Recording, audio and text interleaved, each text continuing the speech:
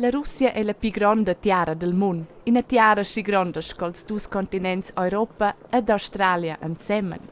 La capitale è Mosca, la centrale della puissance. E tutto viene deciso a Mosca e non altro, e quei malgrado che la terra è così grande.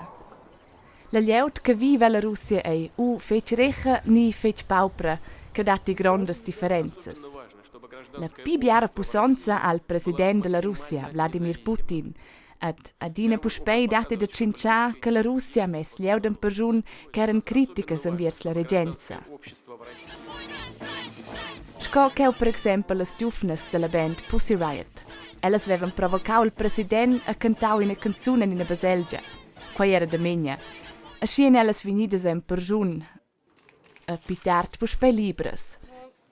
Mo tutina.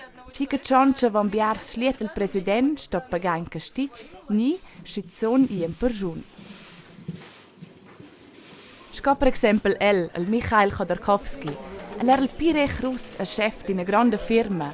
Lui se mi dausen alla politica, quei plageva buon president, so ente 10 ans persun es el venius libers van in mens. E toccai è capito si banci la Russia o sottoscritti i diritti umans.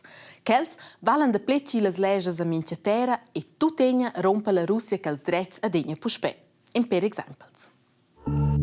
Il dretg de demonstrar. Si dat per esempio gli aut che demonstresce per lur diritti, e se quei plai lu buon president, stan quelles personas I en persun. Il dretg deve bugen chi chins vol. È un problema la Russia è che umans han bugen umans, ni donnes can bugen donnes, bia la homosexualità vien bu acceptada.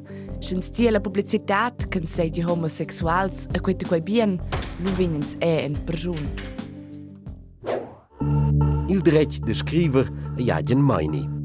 Senza ci lavora per esempio di una gazzetta ni al radio a vol rapportare su den se c'è mal gest che se vede la tiara, lu asce quella persona bo rapportare quei.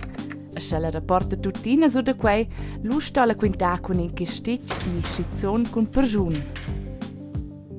Pia esce la Russia ha sottoscritto els diritti umans, rispecteschen il president e si regenza buodina quels diritti, ascia che la lleu della Russia è bo libera.